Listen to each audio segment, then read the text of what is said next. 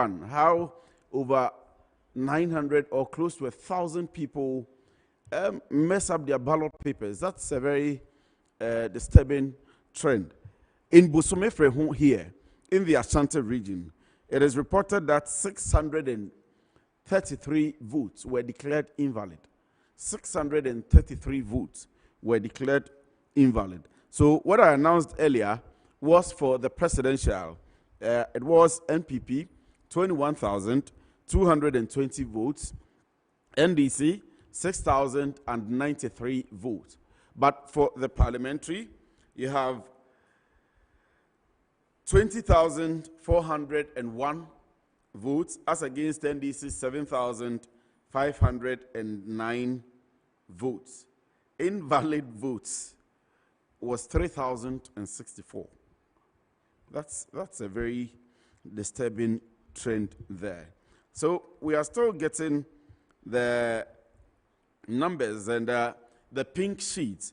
It's a bit difficult to read from here, but like I've introduced to you early on. Okay, so this one is from Henry Court's constituency.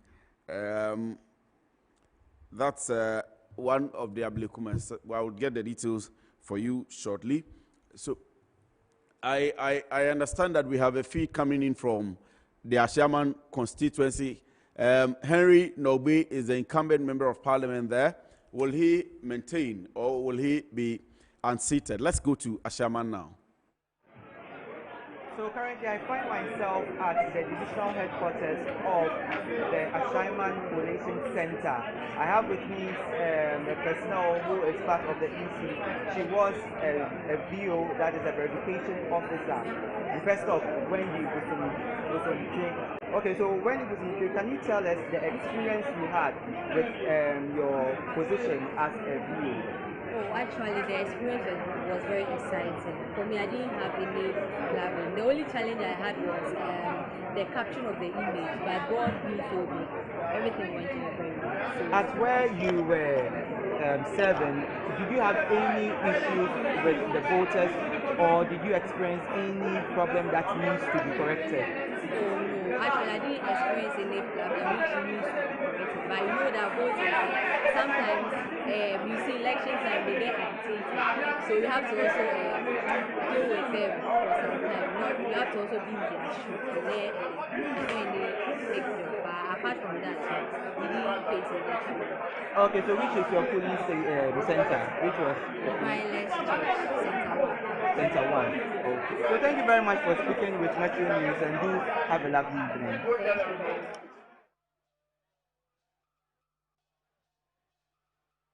From the Ashaman constituency, that's Henry Nobe's constituency. We'll get the details of that shortly. But this one is coming in from Ayawaso Central constituency. Henry Cote is Deputy Minister for Security, and he was able to poll 33,003 votes. 33,003 votes, as against his NDC opponent of 28,363. So Henry Nobe, according to the pink sheet we have here, has won the elections in the Ayawaso Central constituency. I have already announced to you that my senior colleague Paul Adom-Otchere has been standing by to present to us the dynamics with the graphs and with the pictures and the details. I'm sure in the next few minutes, he'll be telling us the details of who is winning the election. So, Paul, if you're ready, good morning to you, and please run us along.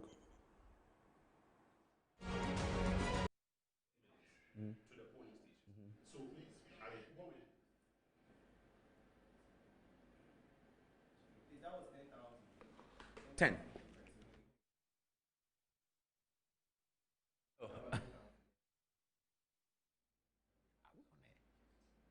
Is that how you come on there?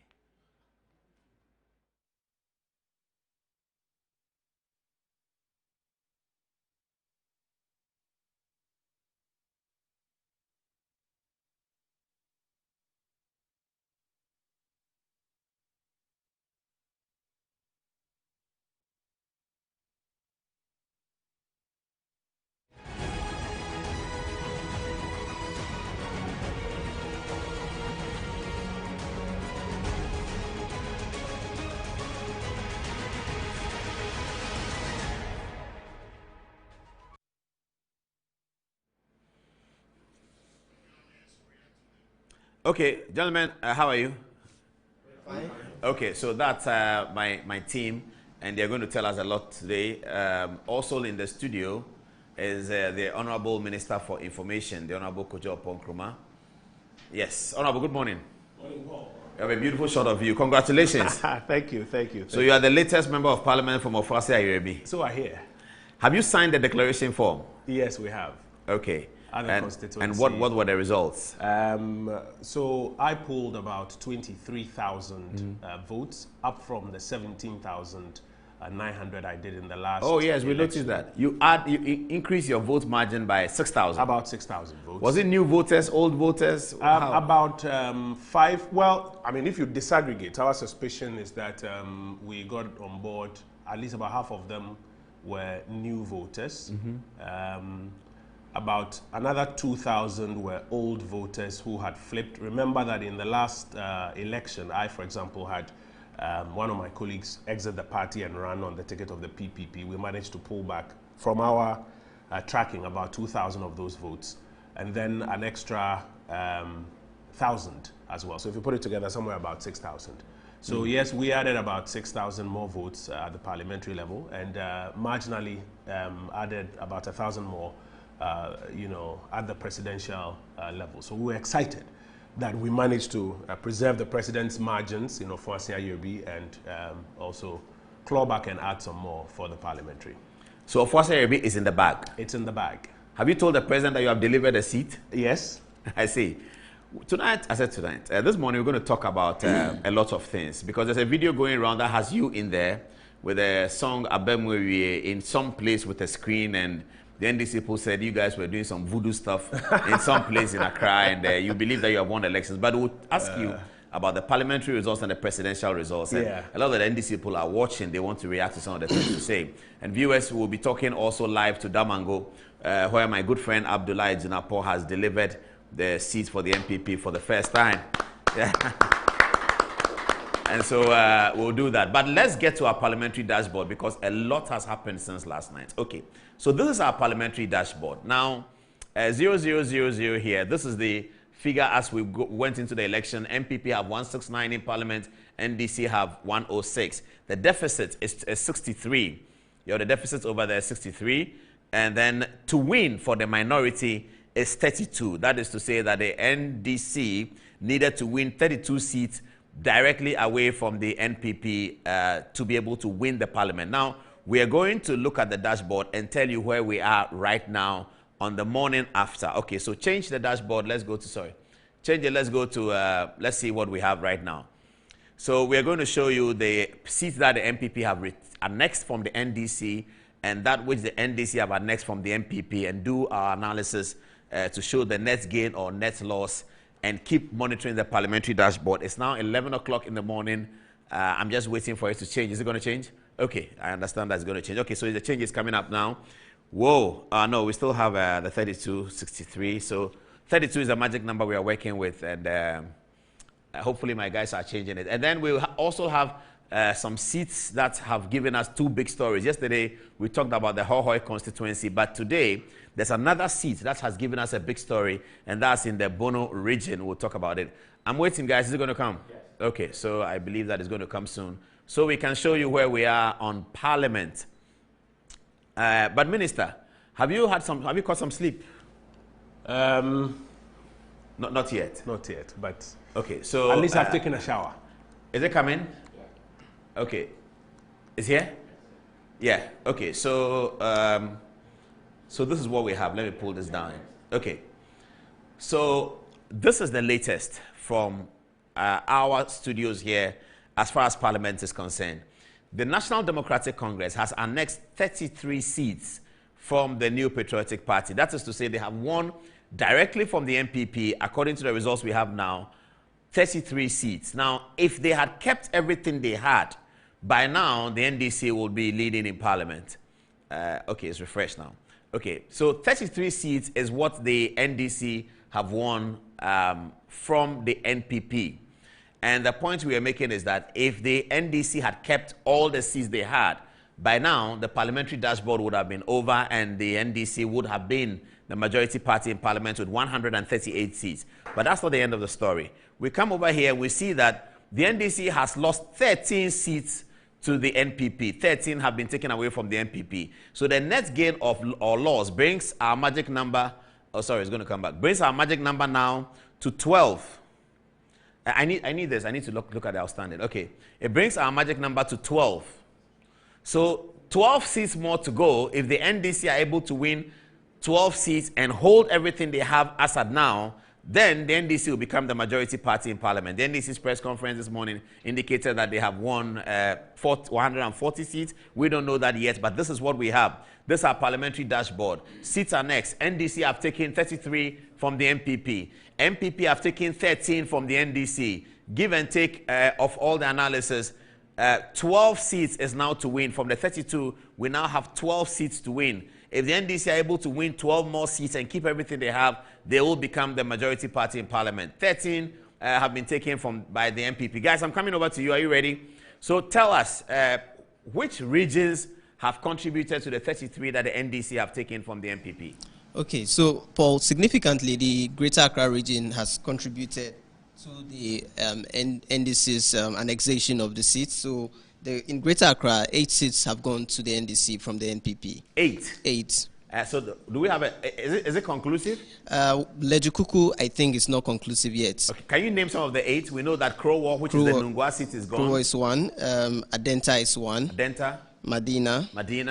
Ablekuma Central. Okankwe North.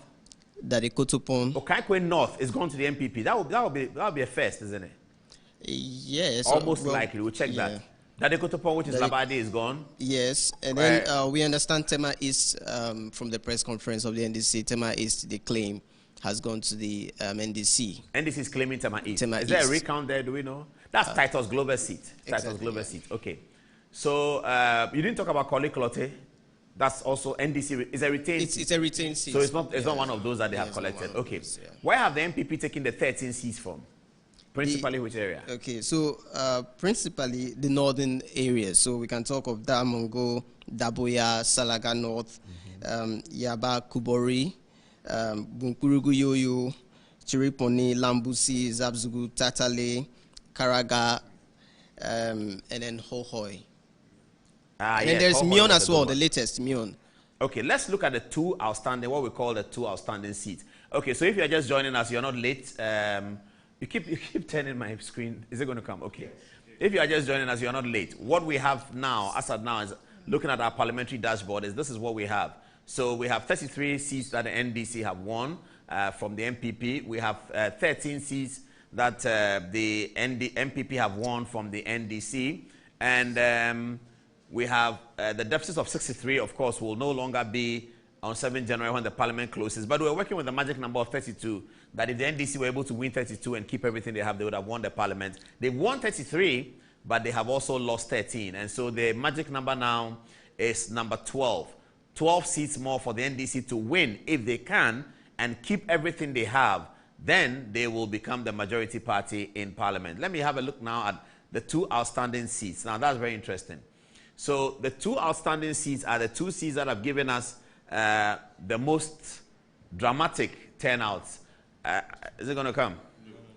Oh, it's not going to come. Okay, so the two outstanding seats over here. Let's have a look at it on the screen. So this is NDC have retained 25 seats.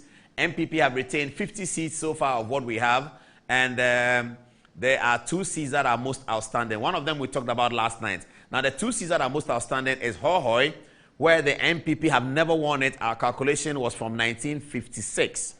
NPP, or the Dankwa Busia tradition, have never won the Hohoi seat. Today, it has been delivered by John Peter Meu. So the MPP, for the first time in the history of the Fourth Republic, have won a seat in the traditional Volta region. I say traditional because we do now have the Oti region, where the MPP have won some seats there before, and they have won some seats again this time. But from the traditional Volta region, Hohoi in particular has been won by the MPP. But that's not the end of the story.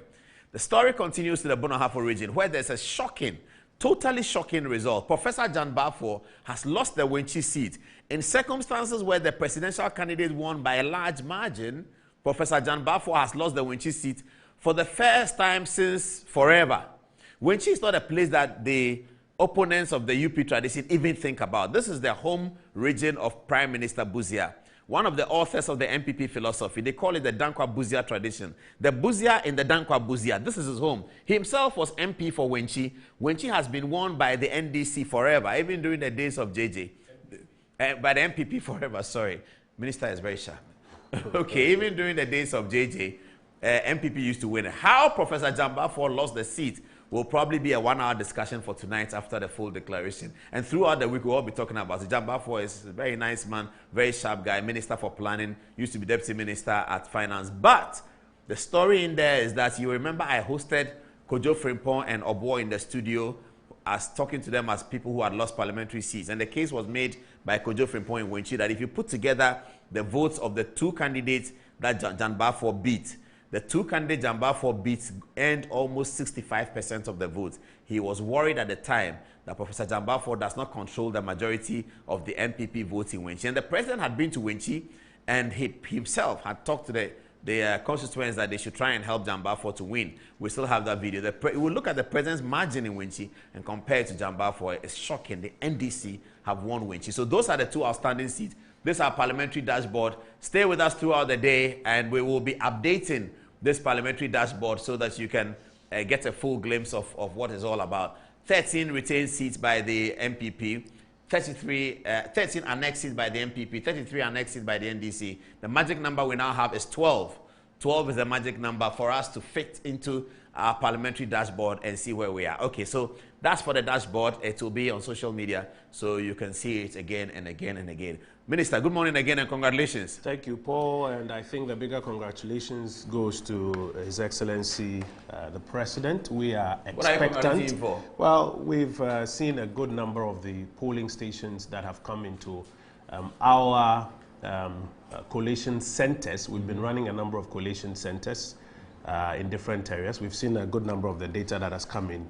And I must start off by saying that we are not in the business of declaring results. I think in all our press conferences we've said that quite clearly. But the numbers as have come in, I think as at now, quite exciting.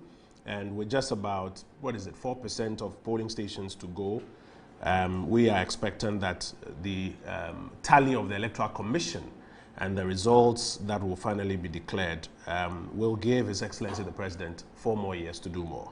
Richard, I'll come to you in a minute for the seats that Sami Jemfi mentioned in the press conference when we talk about Parliament. I'll come to you in a moment for that. Now, this coalition that the MPP has been doing, how do you do it?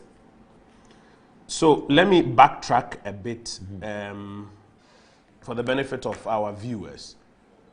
Both parties, it is expected, any serious candidate will run a coalition so that within hours, by the time the poll is closing, you have clarity on whether you are winning or you are losing.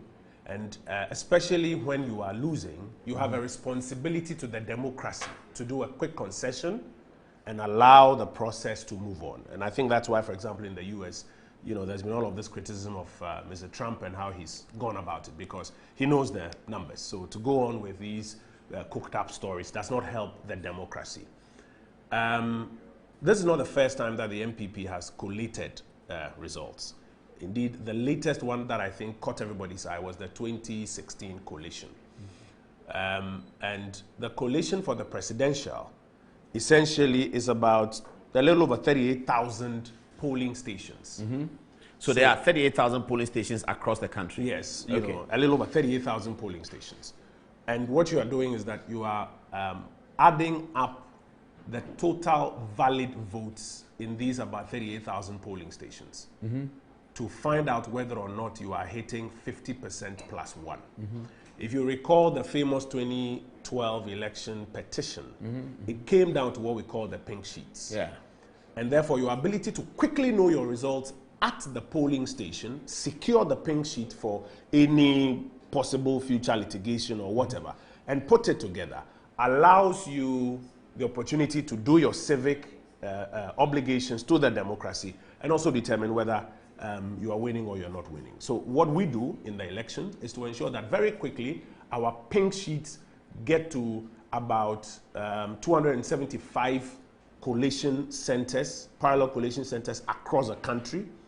and within minutes, wire same to our various strong rooms or central collation centers that we have, because you need to run a parallel and a redundancy so that you can be sure what is going on. If you are cyber attacked on one, you still get the data on another. So you have many of these collation centers in Accra? We have a number of them. So does it mean that you have seen, so for your constituency, for instance, Fuasia, will they have seen a pink sheet from your polling stations? Every single one of our pink sheets is scanned within about 1 hour of the poll. Every single one of our pink sheets. But that's going to be a lot of pink sheets from Fuasia. So No, you're talking about 38,000 pink sheets. So from Fuasia, it will be 108 pink sheets for each category. And that's hit headquarters already? It's hit headquarters already. Every one of them scanned. And then we have a system that ensures that the physical one is also transmitted to a central depository within about 3 to 4 hours.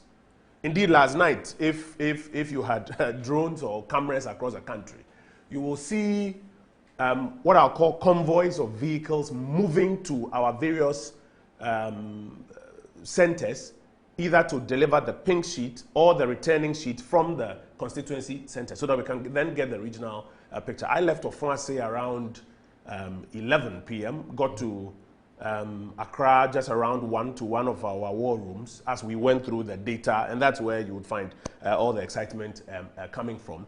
It was not our intention to hold a press conference, but of course, you know, our friends who are usually in a comfortable lead, they went ahead, you know, to do what they did, very similar to 2016. And of course, at that moment, we are compelled to then speak to the nation and let them know what we know. I mean, for example, let's start off with the parliamentary. We started off this election with a parliamentary margin of 63 seats. Correct. A parliamentary margin of 63 seats. Yeah. For the NDC, and I'll use their own words, to flip it, like you've said, they will need to annex at least 32 seats. And keep what they have. So they will need a net, and I think that's what people should pay attention to, not the gross, a net of 32 seats. Whilst keeping everything they have. Yes. In their first press conference last night, they announced that they had a gross of 36 seats. That doesn't mean much. It doesn't mean much. Yeah. Because, I mean, assuming without admitting that they have even annexed a gross of 36 seats, you now have to net off the seats, the gross seats that the MPP has also annexed. Yeah. By our count, we had annexed about 16 NDC seats. Okay, what do we have on our, can you put up the page again? So let's compare with what the minister has. MCR, if you can put the page up. Can you put up the page? Okay, yes, so this is what we have. Yeah. Okay, so Minister, that's what we have on the screen there. Yes. So we have you annexing 13 seats. Yes. And by our count, it's 16. 16, okay. Yeah, you have us at 30. We are on 13. You have the NDC at 33. By their count, it's 36. Okay, no, their 36 will immediately become 35 because Asebu has conceded. I know, but I'm saying... Is it K? No, that's not K. Abra Sebu Kwamankese. Abra Sebu, yes. Yes, yeah. But I'm saying at the time of their press conference, they talked about 36 seats. They did, yes. We were talking about 16 annexes. Okay. If you net off, that is a net of 20 seats. Correct. So the first point everybody has to note is that if indeed the NDC claims that they have now got a majority in parliament, they should be getting a net of 32 seats. Assuming without admitting that they got 36 and we got 16, that's a net of 20. They don't have a majority in parliament. Absolutely. Let nobody be deceived. They don't have a majority. Put up our stuff again. Put it up again. Let me explain to our viewers. Hold on, Minister. Okay, so what we have here is, if you look at the yellow column down, it's going to come up, yes. NDC have 12 to win. Their to win is 12 based on the 13 that we have MPP annexing. So the real figure is not what NDC have won or what MPP have won. It's the net. It's the net. Yeah. And the 63 doesn't matter anymore in this analysis. The 63 deficit that you see does not matter anymore in the race towards parliamentary leadership. The leadership for parliament, the minimum leadership for parliament is for a party to have 138 seats, yes. 138 seats. Yes. That's the minimum leadership of parliament. So that's the race that we are working on. So we are pulling MPP from 169, maybe we're pulling them behind. And we are trying to push NDC from 106. Wherever each one ends is where they end. So if you're listening to the analysis, it's the net gain. And stay with us, we'll give you all of that. So Minister, you said you have 16. I'm saying that as at our press conference last night, we had tabulated about 16 seats that we had annexed. Okay. They had also mentioned that they had annexed 36 seats. Yeah. I would explain why. Yeah. But the net, therefore, assuming those figures hold, correct, would have been 20. The NDC, if they are going to move from their minority to majority, must have they a will net need of 32. 32. They don't have it. Now, fast forward to this morning. Even on your analysis, you are saying that they have annexed 33 and we have annexed 13. Again, net off, because these are gross. 33 minus 13 is what? 20. 20, yeah. Now, part of the reason is that there are still some seats that are in contention. If you go to Lejukuku, for example, they are still in the process of, I think, recounting Let some me hold you polling there and stations. let's take Odododio that is coming in to us. If we are ready, let's see Odododio is coming in to us now.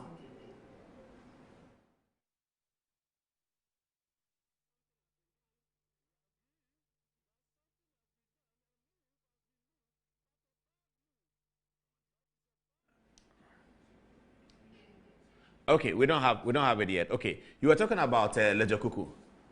Yes, I was saying that, so for example, in Lejokuku, they are still going through the process of, I think, doing the final collation. There are some polling stations that I do understand are being counted at the collation center. Because, at the police station. Yeah, because I think some initial recounts were requested. And by the CI, when a second recount is requested, it is done at the collation center. So you find out that while they say 136, 36 and we say 30. Hold on, should we take Odododio now? There are still some that are in contention. Should we take...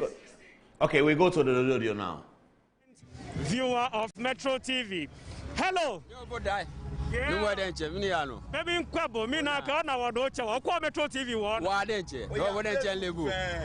see. Nicho me akanya boy Metro TV. Metro boy I was feeling gadoji. Na kaini. No ni wayo obie. So continue watching Metro TV. That is it. Right. Na kaini. Owakpe osu. So you've had a few young persons sharing their level of excitement with you. We end here for now. We've given you just the gist of it. So we pause here and then move on with them to Osu. And there we shall continue to bring you more updates about how the election has turned out here within the constituency. We shall also be moving to La, because from Gamashi or Dododiodo, you come to Osu, then to La. Interestingly, across these three coastal constituencies, the NDC has emerged victorious. In Odododiodo, it was Nilante van der Poel. He was the member of parliament and he's been re-elected. Then in Kole Klote, it was Zaneto Ajiman Rollins, who was the member of parliament, and she has been retained on the ticket of the NDC. That of La is quite peculiar because it was the NPP occupying that seat. That was Vincent Sowa Odote. And then Vincent Sowa Odote lost the primaries, the NPP primaries, to Gerald Tetenyanyofio. Gerald then competed with Rita Odolesowa. Rita Odolesowa was the municipal chief executive for Ladade Kutupong, and she represented the NDC. So she's managed to flip the seat right there, making her the MP elect for La on the ticket of the NDC. We shall get to La to have an exclusive interview with her. So continue watching Metro TV. My name is Gabriel Niobodaya Topra Atunam Togbo Ashon, and I've done this with my colleagues Richard Osei, Joseph Frimpong, and Isaac J. Bye-bye for now. Obodai Atobra Atopa Ashon. Beautiful report there. So, Minister, the coast is not looking good. Well, I mean, if you do the net, the coast has not looked good for us overnight in terms of some parliamentary seats, but the Northern Belt has been fantastic. The Northern Belt, traditionally, the area that is held by the NDC, has been fantastic. Go to the Northeast region, for example, Yagaba Kubori, Yumyo, Chereponi. These are seats that were not part of our 169 majority, but have now come to the blue side, to the side of the NPP. Go to the Savannah region, which is one of our most exciting stories from last night. Damongo, my very good friend and brother, Abu Jenapo, Daboya, Salaga North, Lambousier, they have now come on board the blue train. Go to the northern region. We have successfully annexed Karaga, Tatale, Zabzugu, and Myong. And then if you go to, like you mentioned earlier, the Volta region, for the first time in the history of this country, my good friend, and I call him PDS, he calls me PDS because himself and myself were at the forefront of this PDS debacle. John Peter Amewu taking the Hohoi seat as well. And then in the eastern region, the Upper West Akim seat, for example. So in the eastern region, Upper West Akim was an NDC seat? Yes, it was an NDC seat, Adaiso. Okay. I mean, and the capital being Adaiso. It's now come on board the blue train. So, yes, we have lost some seats, but we have also made some very good gains in areas that we traditionally did not hold. Now, some of the seats that you are looking at are toss-up seats, seats that we won by very small margins, seats that are not traditional MPP seats, and you would understand that depending on how a party or a candidate, etc., performs on the ground, you can lose some of those seats. But look at the seats we have picked up in the Northern Belt. Seats that are traditionally, many of them seats that are traditionally NDC seats. And it shows you, among other things, the prowess of His Excellency the Vice President in working to coordinate. You know, he's been literally locked up there for for some weeks now, working with the chairpersons, the regional chairpersons, etc., on phone, literally with the president on a daily basis, giving updates, but helping to coordinate what has been going out there. And the president's work has been phenomenal. Even in the central region, in places where we were losing seats, the president is winning. Is still winning. Give us examples of those. Cape Coast North was lost. So, for example, let me give you, let's say, the central regional picture. Yeah. By the way, Lambousier is Upper West, forgive me. Let me give you the central regional picture. You'll notice that we've lost some seats in the central region. But if you compare how well the president is polling, or how well the president returned numbers in the central region, and if you look at some of our focus group discussions on people who told us they will be voting what you call skirt and blouse, the president's performance, particularly in delivering on some of his major programs, free senior high school, the economy, etc., goes a long way to affect and to get people to still retain him, even while in some areas, sadly, they may not vote for his parliamentary candidate. I just want to find you, the latest. Let me just go to my gallery. Okay, meanwhile, my friend Xerox is watching. He's a fan of yours, Kudu. Xerox, thank you very much for watching. He's watching our program. My greetings to him. So, for example, in the central region, presidential, currently, the president is doing about 52.58% of the presidential votes in the central region. Yeah. And that is significant because... Central region, the total presidential votes. Yes. President is doing 52%. Currently from our collation centers, when you put it together, we've done about 95.96% of polling stations or of votes. Across the country? Across the country, about 95%. Okay. Pink sheets have been scanned, have been... So this 95 is authentic? It is. I mean... On pink sheet basis? Of course. And let me put the caveat in. We are not an irresponsible party. We are not in the business of declaring ourselves winners. But we have a responsibility, especially after our friends called a press conference at that time to make these claims, to also assure the country, the international community, and our supporters of where we are.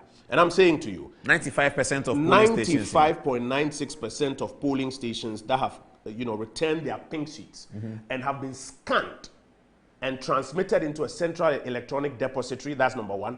And the physical pink sheets returned to regional safe sites. Of those, and that's why I'm saying to you that of those, the president is leading with a margin of about 600,000 votes plus. We have some, some 4% of polling stations to... Being how many? About 1,000? Yes, about 1,000, I think. Okay, so this 1,000 polling stations... 500 or so, about 1,500 or so. If we give each polling station 300 to John Mahama, what do we get?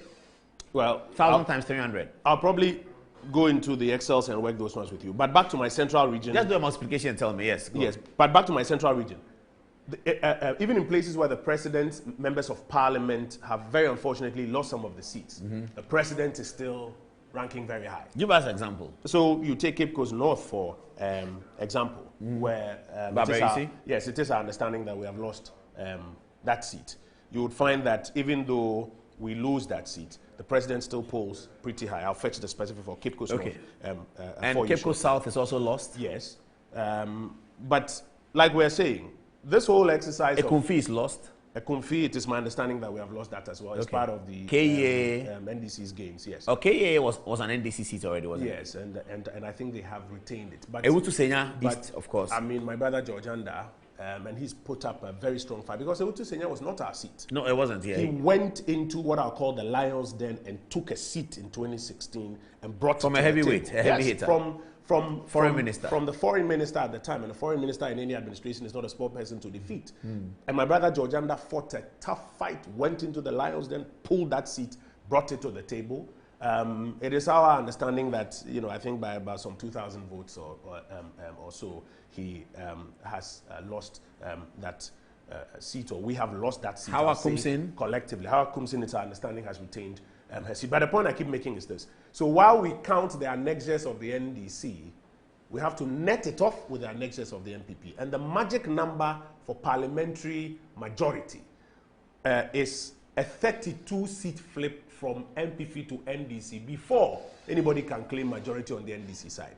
And I'm saying that as at now, even your numbers puts them at 20. Our numbers and their numbers. No, our numbers put it at 12 outstanding. No, 33 minus 13. Yeah, okay. Our numbers and their numbers, they are 36. Can you put it up again as we're talking about it, please? Put it up. They are 36 they talk about, and our 16 again brings us to 20. And I'm saying the reason is that there are some seats that are still in contention because... No, explain to me your 20 ministers. Some people may not understand. No, so 33, NDC has... You see... They have an next 33 from you. You have 13 from them. By your count. By our count. Our magic number then for victory is 12. They have to pick up 12 more. In addition to the net. Because the net seat now is 20 by your count.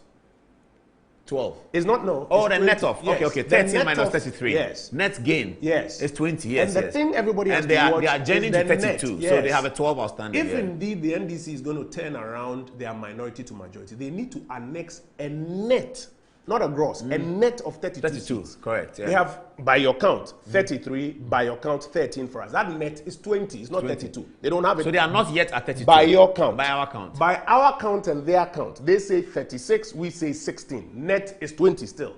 Is it on 257? Your 275. Count? 275. Yes. That's your count. Yeah. So as far as you're concerned, it's concluded. They don't have a majority in Parliament. They won't get a majority. They won't get a majority in Parliament. You will have a majority. We will have a majority in Parliament. If you look at our numbers now, we are expecting to get a majority somewhere around, I think, 149 or so. Somewhere 149. around 149. There are still some seats, and you notice there's a discrepancy between your numbers and then our net numbers with the NDC. There are still some seats that are going through collation and counting, etc. They said you are bullying in the last press conference. They said you are bullying your way through enforcing counts and insisting on recount and count. Maybe they haven't read. That's what they say you're doing. Maybe they haven't read the CI. Oh well, I'm sure they have, but they said that. No, if you say we are bullying, in order to do a deal, for instance, they said that their candidate was arrested by the police, was put in police custody last night. Speak to the police and find out why they arrested their candidates. I don't want to go in there, but here's the point: the CI for the election is quite clear.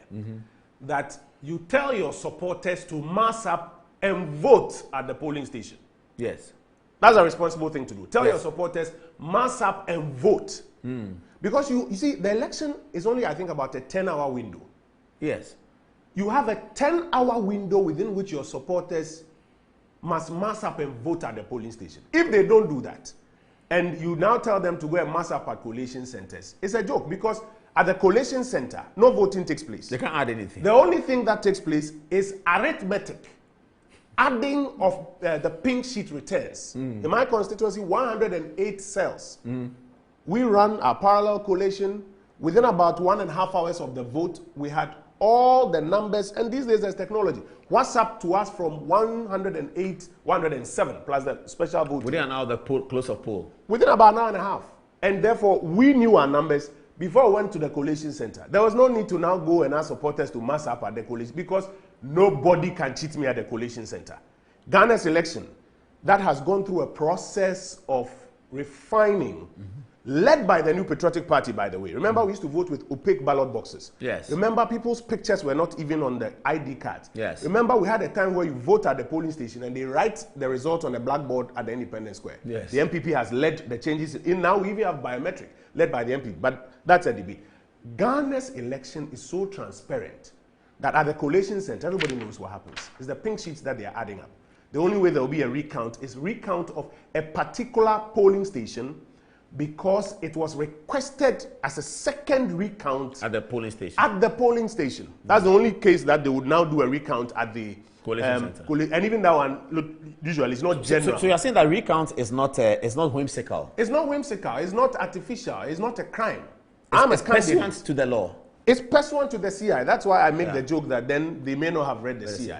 Because the only way you can ask for a recount at the collation center is when you have asked for a first recount at the polling station and you have asked for a second recount, which will be noted. And the law says shall now be done at the collation center. So when we finish counting at Mango Diase #1 polling station. Or and you now say RC, where I voted. Yes. RC Roman Catholic. Yes. And candidate A gets 137. Yes. Candidate B gets 82. Yes.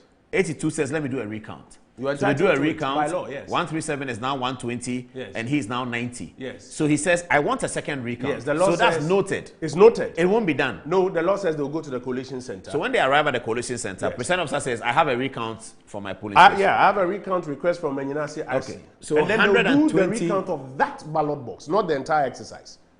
That ballot was from that polling station? Yes. Okay. So if 120 polling stations, 80 of them are reporting second recounts, you do all. Yes, you will, because that is what the law requires you to do. So the point I'm making is this.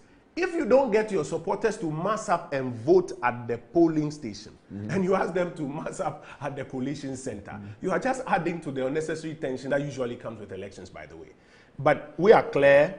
I think the numbers that are coming out, and the media is at all the 275 collation centers. When I went to my collation center with my lawyers last night, the media was there, the Electoral Commission officials were there, the collation was ongoing, our reps were there, validating the numbers that the EC was inputting, and they even started putting out the results before I think even the final declarations were done. Okay. So the media is everywhere. And So you agree with Alex Sebefia? You know, yesterday he sat in that chair, and when we started the program, he was complaining about Dr. Hiangba saying something. And he said to me that, Paul, you know what? It's 10 p.m. Let me tell you something. I've done elections for a long time. Yeah. The propaganda is over.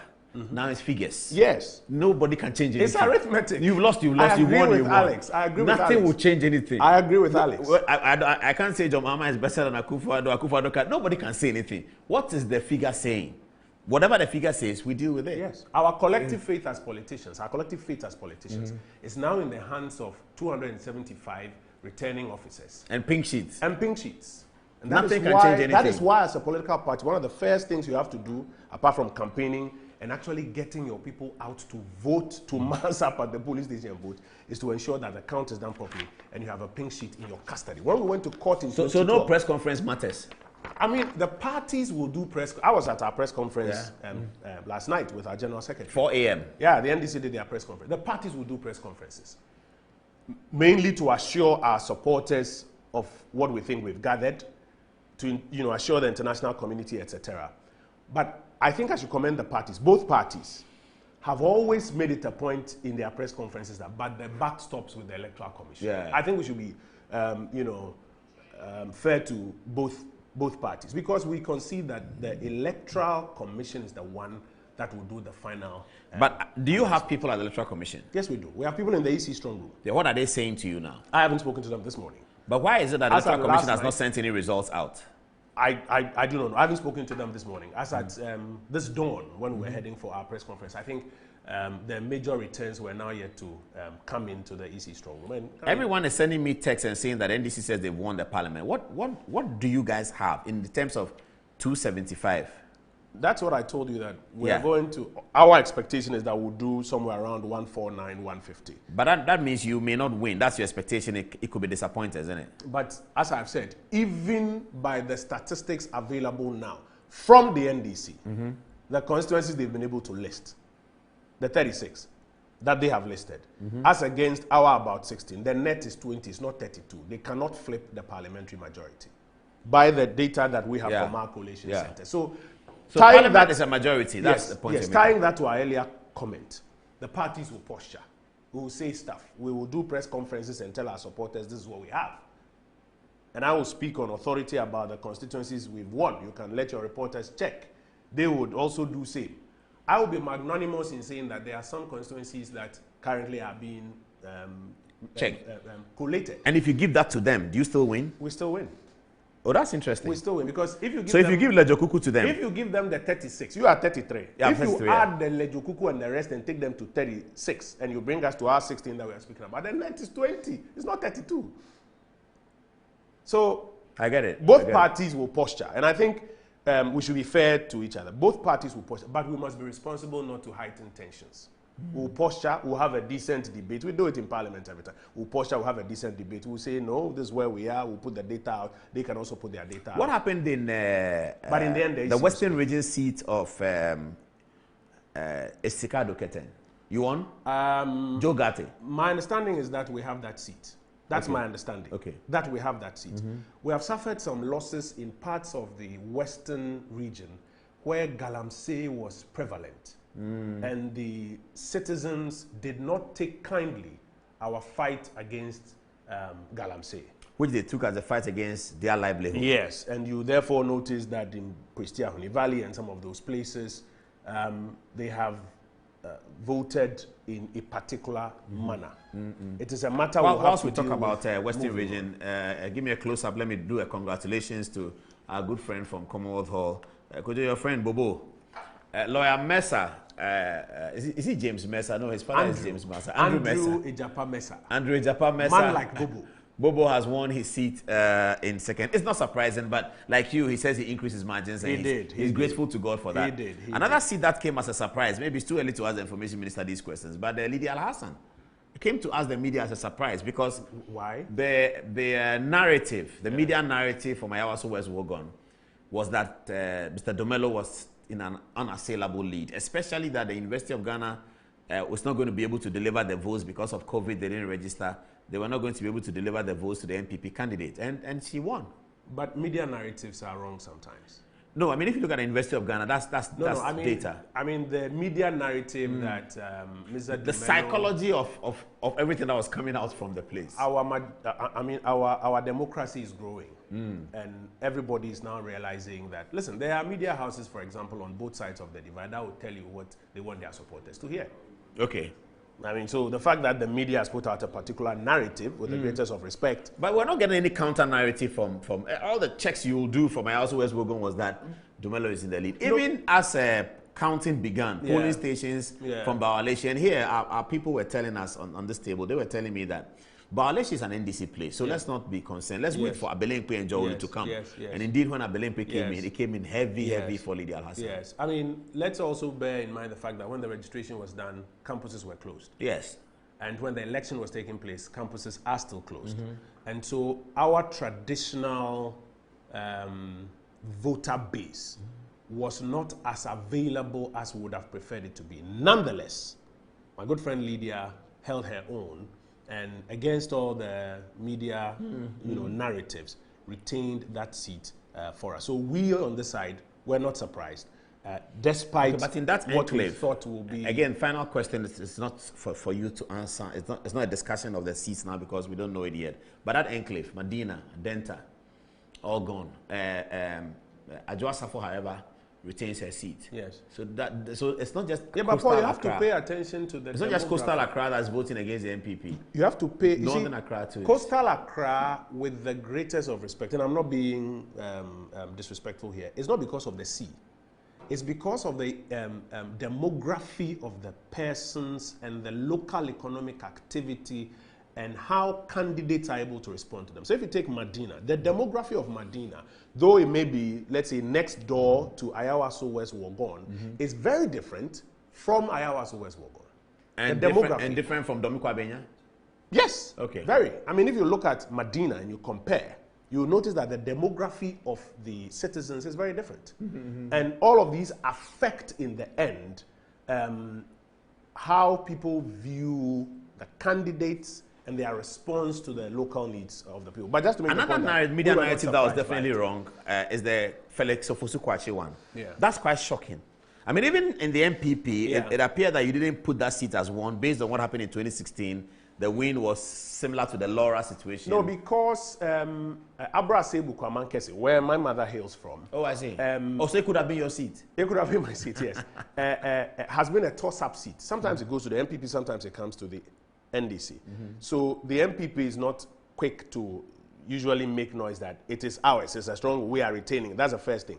Then the second thing is that persons who have popularity when they run for office get a lot of media attention, and it may translate into the perception that they are therefore necessarily strong on the ground. When I ran in Ofuasia, there was a huge perception that I was strong on the ground. But if you look at my 2016 results, I won by 50%. And the other candidates put together was another 15. It was 17,000 for me. And if you put the others together, but you're saying that because this was Kojo Oponkroma, the media superstar, it sort of cascades. So sometimes when high-profile persons run for seats, like John, my brother Felix, there's the perception, especially because of the media translation, that they are winning. But what I have learned in my 5 years or so in politics, like my good friends will say, the job day ground. It's on the ground. The Americans will say is the ground game. It's your ability to have people on the register and to have them available within that 10-hour window. Availability is key. To vote. It is what it comes down to at the end of the day. So I think for me, in conclusion, on the parliamentary side, we're quite clear in our minds that if it is true that the NDC has a majority, they should have been able to flip a net of 32 seats. By their count, they don't have it. By your count, they don't have it. So people should understand that the parties will posture, but the AC will do its job at the end of the day. Somebody's asking me a question that you are a member of parliament. The rules of parliament, is a majority or you need 10? Somebody's saying that in arrangement of committees, do you need at least a majority of 10 to be able to lead every committee? Well, okay, so if you have 138 seats in our parliament, you have the majority because it's 275. Yes, he's saying that, is it majority means majority or a bigger majority is better for the workings of well, a bigger majority is better because the computation of committees are done based on the quota of the size of your majority. Okay. So if it's a 17-member committee, depending on the ratio that you have, that determines the number of members you are going to have. Oh, I see. So if you have somebody is 5, if your majority is plus 5, yes. So you some committees you will probably just have one extra member on the committee. If it's a very slim majority, I see. You probably just, because then when you do the ratio, it will now end up maybe being 55-45, and therefore the committee structuring will be done in similar. And it will reflect it. Yes. So that is how it plays out in Parliament. Okay, somebody's asking that. That's interesting. Okay, so a majority is not a majority. You need a good majority to do your work. Yeah. How many things in Parliament do you remember will need a 2/3 majority to achieve? I would have to. Okay, but there are not many. A few significant things, but I'll probably have to dig it up. I haven't had much sleep. I'll probably have to dig it up. All right. Minister, let me ask you another question. So are you going to become Minister of Information again? Oh, don't ask me to do the president's job. The president, if I'm clear in my mind what he's doing by now, I haven't gone through the latest numbers as we have it, and keeping an eye on it as our coalition it's not over yet. Agents, yes, across the country are watching. But what you have, if John Mahama gets everything left, it changes. He's not getting everything left. Okay. Some assumptions don't work. Are fanciful. Okay. The president, I'm sure by now, is also just waiting. Last time I checked, he's taking it very easy because he's got the live numbers as they come in from our coalition centers. Is he back in Accra though? My understanding is that yes, he's back in Accra. And we'll be waiting for the EC as both parties, and I think we should commend both parties. Will the EC still be within the 24 hours? I do not know. That will be for them to answer. But to answer your question, the president and all of us will be waiting for the EC to do that. And then by the Presidential Transition Act, if I'm correct, within about 48 hours, the transition process has to start. We have to announce, in this case, 2 sides of the transition team. Why would you have two sides? Because the law requires that the outgoing administration and the incoming administration provide a list of nominees who will form the transition team. Even if it's the same administration? Even if it's the same administration. But how do you then nominate outgoing? Well, so the president in this case, like I think it happened in 2012, will have to nominate a group of persons to work on handing over some documentation, etc., and another group of persons to receive same, if my interpretation of the law is right, to receive same. Because there's no guarantee that anybody who was minister or whatever in the current administration will be minister or whatever in the Akufo-Addo II administration. But the president and the vice president are guaranteed with the election results. They are guaranteed. So who are they going to be doing their handing over notes for? It will come back to them. But you see, if you are president, you have, and by our constitution, you have appointed people to handle various ministries.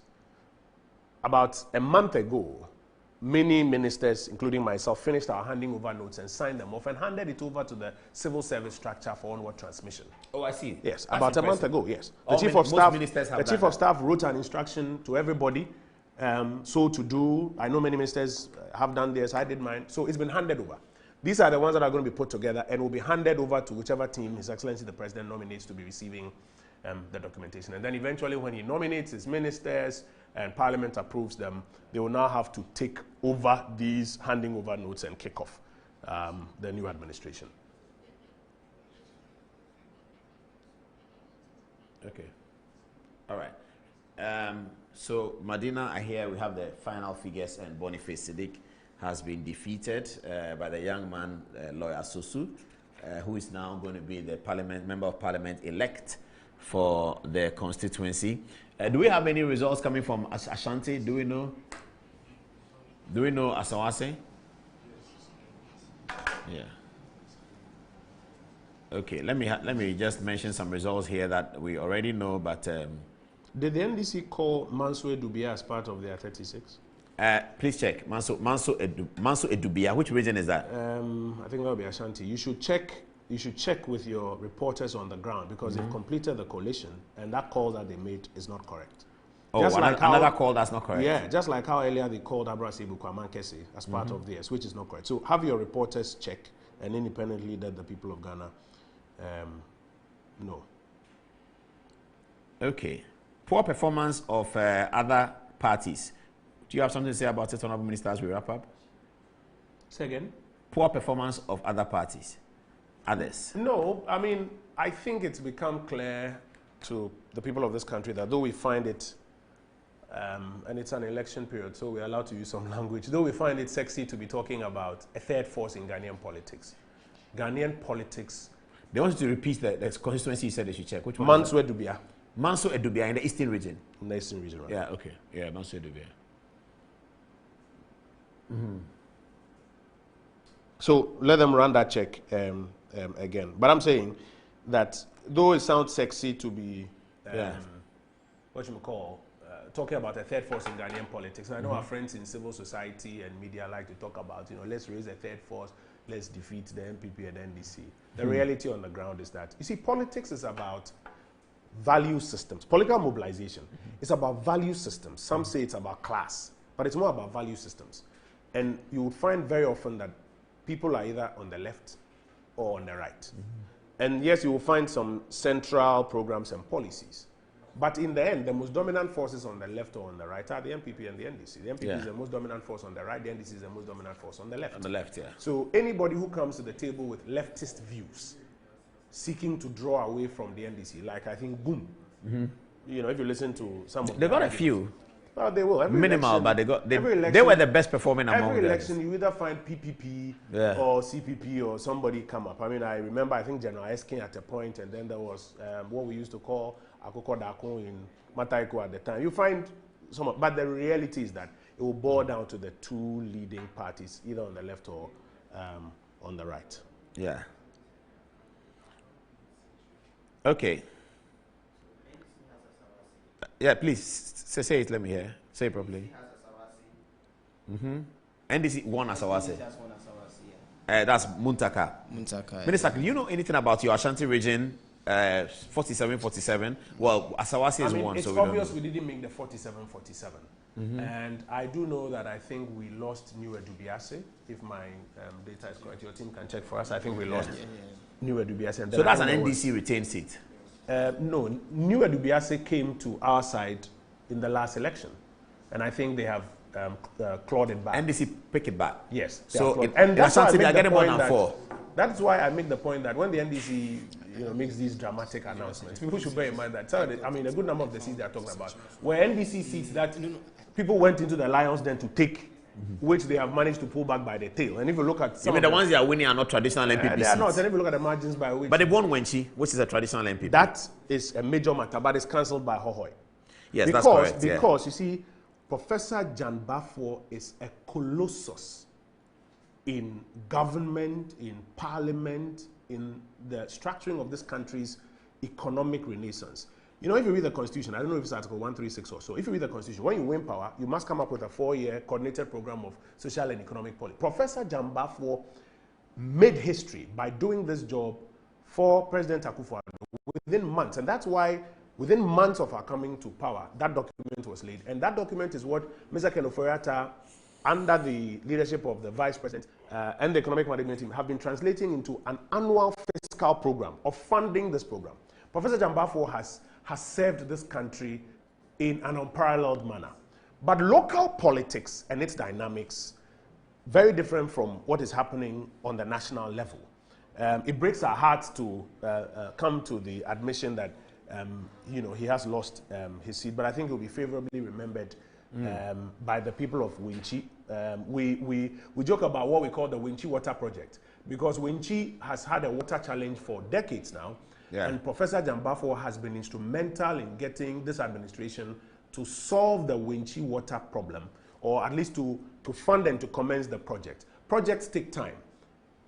We are of the view that perhaps, among other things, the dividends of what had been commenced had not materialized on the ground. You have a new friend in Parliament. I don't know whether you are aware of it, but you have a new friend in Parliament, Boem constituency. Kofi Adams. Kofi Adams has been brought into Parliament by 71%. 71.84% of the votes. The New Patriotic Party got 26%. Lawrence Kwame Aziale got 26%, and Kofi Adams won it. I like Kofi Adams. He's a fighter. So he is. So he's joining you in Parliament. He's a former organizer of the NDC, I think. Well, more especially, he was a spokesperson for Fly Lieutenant Rawlings. Yes. So, and then Doma Central Constituency, Nana Akufo-Addo, the presidential, got 29,000, and John Dramani Mahama got 19,000. Goon got 390 votes. Certified results, Doma Central Constituency, Nana Akufo-Addo 29,000. As I said, John Mahama 19,000. Certified results for Akwetia Constituency. That was also controversial. Did you win Akwetia? We lost Akwetia. But Nana Akufo-Addo wins with 21,000. John Mahama is 16,000. Akwetia voted skirt and blouse. A very heavy skirt and blouse then, because 4,000 difference between Akufo-Addo and John Mahama. Paul, there will be lessons that we will have to... By the way, was Gum on number 4 on the ballot? I think Gum was number 3. You 3? 3 years. 3 on the ballot. Yes, Okay. yes. But like I was saying, Paul, there will be lessons that all of us as politicians will need to learn from the verdict of the Ghanaian people from this election. And the parties will also need to learn some lessons. Lots of lessons. About internal party issues and how we manage them. And particularly how parties view who superintends constituency activity, including constituency interventions. One of the things that you hear a lot of parliamentary candidates speak about is that you have instances where you have a minister delivering a project, and from Accra with his technocrats decide where to take it. And sometimes I'm repeating the argument of parliamentary candidates, and sometimes you have little knowledge. You go into a constituency and then they are building the road. Yes, and then they didn't tell you. Yeah, sometimes you are not aware. It makes it sometimes difficult for parliamentary candidates to also do their work on the ground. There are many things that both parties will have to learn from these results, and I'm hoping that as we get into the next phase, we'll do this introspection and use it to inform what we do. Did you win Bunkrubu's parliament? Say again? Did you win Bunkrubu's parliament? Bunkrubu? Yes. I would have to Because check. I have Nana Akufo-Addo here on 16,000 certified results, John Mahama on 17,000. That's very close. Please put it down as a super marginal. 16,305, John Mahama 17,921. And then certified results from Adansia Sokwa, Katie Hamon's constituency, Nana Akufo-Addo 19,000, John Mahama 10,000. Wa Central parliamentary results, Hajia Homo Awudu 33,000, Rashid Pelpo 39,000. Rashid Pelpo has retained the seat. Old Tafo parliamentary results, Ekoa Esifua 42,000, and Samudin Kamil 14,000. Salaga North constituency parliamentary results, Al-Hassan Idi Abdallah MPP 9,000, and Al-Hassan Mumuni NDC 8,000. Idrisu of PPP gets 71.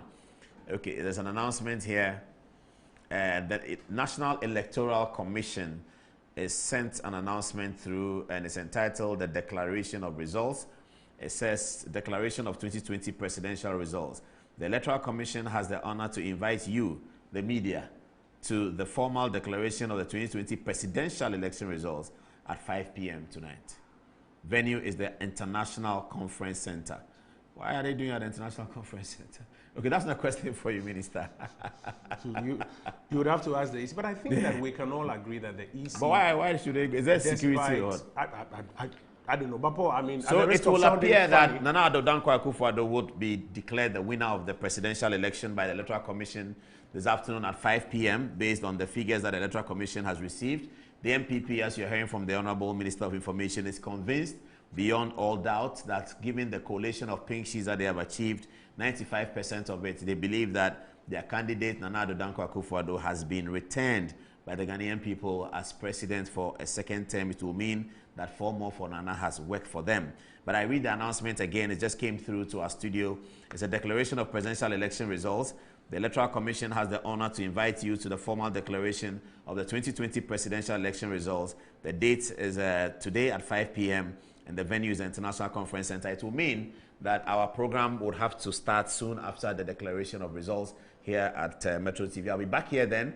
Let's give it 6 o'clock and we will have the confidence to talk about presidential results. We may not still be able to talk about parliamentary results. Minister, according to the law, does the Electoral Commissioner have the power to declare parliamentary results? No, you see the chair, and I don't like using the expression Electoral Commissioner. I know you are being this, but I like to be nitpicky on some of these things. She is the chair of the commission. Mm-hmm. She's not the commissioner. Mm-hmm. She's also the returning officer for the presidential. That is why she's the one who will do the announcement. In that second job, is it the commission or the chair? It's the chair.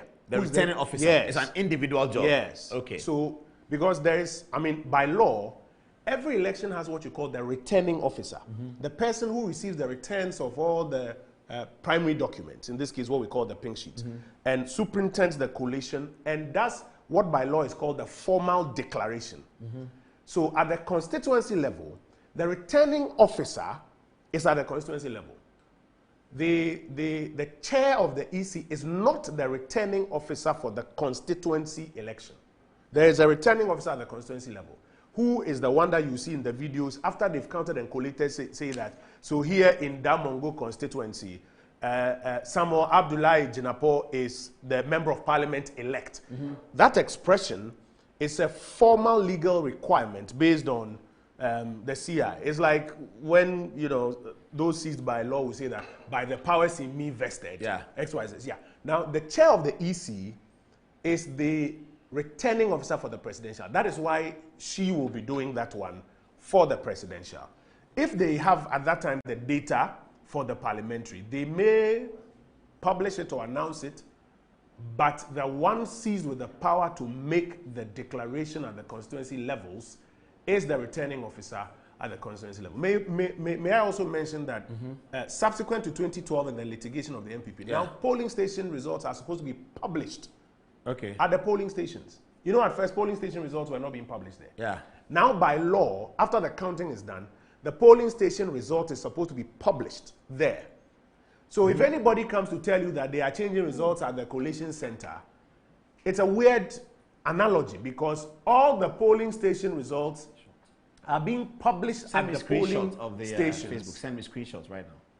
All the polling station results are being published at the polling stations, and it's a matter of simple arithmetic. So nobody can go and sit at a collation center and all of a sudden begin to, like my good friend Elvis Efriyankra says, swap ballot boxes, etc., etc. It doesn't happen like that in Ghana's election. Wow. Wow. So what was your activity for the rest of the day? Well, you're not going to be at the conference center, are you? I don't know what I'll be assigned by. As a former host of the Super Morning Show.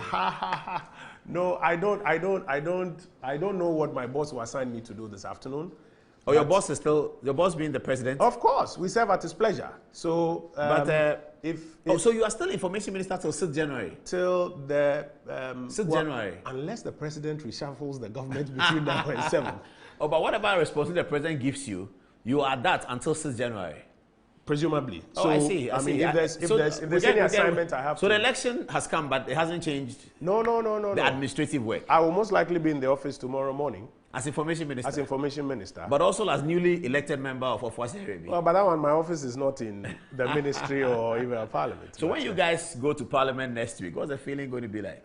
We would have had a number of members of parliament who have lost their seats and are not coming back. Either through their party primaries or through this general election. They will be singing their swan songs. There are a number of government transactions that were tabled but we couldn't complete that we still have to, work through. You, in all honesty, also should expect some lethargy from some persons who are not coming back because then the... But the new guys, can they come and hang around parliament? Oh, as for hang around, there's nothing... No, those who have won seats. As for hang around, there's nothing wrong with that. When I won my primaries, I used to occasionally visit my member of parliament in parliament to also get a feel and to get an understanding of how things. So But for those of you who have won, it's a big high five for each other. I believe so. Did majority leader win? Yes. OKMB, won with a resounding victory. And Paul, just to digress, sometimes ahead of an election, you hear some comments. When you read the headline, you may get apprehensive. But in reality, like I said, the job day grounds. If you heard some of the comments coming from Swami. He was in Swami, yes, and he was concerned that you guys are going to do go and look VW cars and all Go and that. look at the numbers. In my constituency, for example, there's one linguist from Ayiribi who announced that the people of Ayiribi were going to vote for the NDC. Look at the returns from Ayiribi, voted emphatically for Nana Addo Dankwa Akufo-Addo. So sometimes when you see some of these headlines ahead of an election, that's why I say the parties will posture, but the job day grounds. I see. So another person whose job expires without a certainty that he's coming back is Mr. Speaker. Everybody in Parliament, every elected person in Parliament, that is members, and the Speaker is also literally elected by the members, has his or her tenure ending stroke of midnight between the 6th and the 7th. And then the 8th Parliament commences, during which period we have to elect a Speaker for the 8th Parliament. So all of us, our tenure will end between the 6th and the 7th, and then we'll start afresh. Okay. Yeah, no, but Speaker's tenure is ended. He doesn't know whether he will continue. You know that you are continuing. Yes. Members who have won know that they are continuing. Members who have won as new members know they are coming. Yes. But Mr. Speaker is not sure yet. Well, because the Speaker is not an elected member of Parliament. Yes. If you read the Constitution, etc., yes, he chairs the parliamentary session, and he's elected by the members of Parliament to be Speaker. So when the 8th Parliament is convening, the 8th Parliament will elect a Speaker. It may not be, I don't know. You don't know. You're asking me to look into the crystal ball. But, okay, Minister, we'll leave it here. We'll take leave of him. When he's gone, we'll do our dashboard, the last one, and then we'll continue with our news bulletin on Metro TV. Exactly at 5 o'clock, I'll be back here. I may be at the International Conference Center where we'll broadcast to you live from the International Conference Center immediately after the declaration. We'll hold some conversations there. But at 9 p.m. tonight, all the analysis begin. Why did MPP lose so many coastal seats? Why did John Dramani Mahama lose so heavily in his home region and regions around his home region? Why did Professor Jan Balfour lose in Winchi? What did Peter Amewu do to win in Hohoe? Yesterday, Alex Sebefia said it was money. Was it only money? Is Hohoe an indication that the MPP are now going to be doing well in the Volta region in the next election? What does this portend for the MPP party leadership? A lot of people think that the national executive of the MPP have lost so much ground that they should all be removed. 2022, another election comes. It's almost the end of another election season in Ghana. We thank God that Ghana's democracy is shining the light all over the world, and we have done it again. Yeah, but Paul, I'm missing one question. Sorry to interrupt you. Why did the MPP do so well in the Northern Belt? I've asked that question in the negative. Why did John Dramani You asked Mahama it in the lose? negative, but it is a major positive. It's not that they lost. If you look at the ground game from our candidates. But why did you lose so many in the coastal areas? Well, we would go into that detail when we look at the issues of pre-mixed fuel, etc. We were of the view that the landing beaches that we did, the mechanisms we put in place for pre-mixed fuel, etc., appear to be good. The returns don't necessarily give us that answer. But after every election, you do a deep dive to understand what were the specific determinants. But I think as your analysis goes on, one of the things you'll be interested in finding out is the kind of ground game, the kind of impact that our candidates, the vice president's impact in the Northern Belt. It should be a matter of study as well. If you have our Osu video, MCR, please stand it by, because Dr. Zanetta Rawlings was elected as the Member of Parliament. It's the seat that NDC has kept, so it's not doing much on our dashboard. But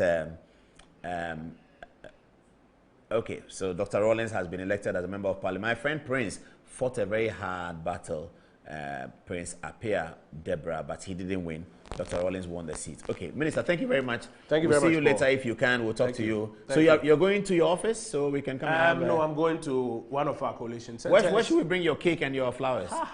We'll do it here when we are done. Okay.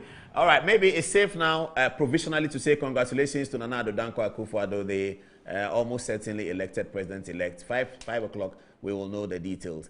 But without much ado, thank you to our coalition team. They're going to finish up, and we'll meet at 5 o'clock, hopefully at the International Conference Center. Bye.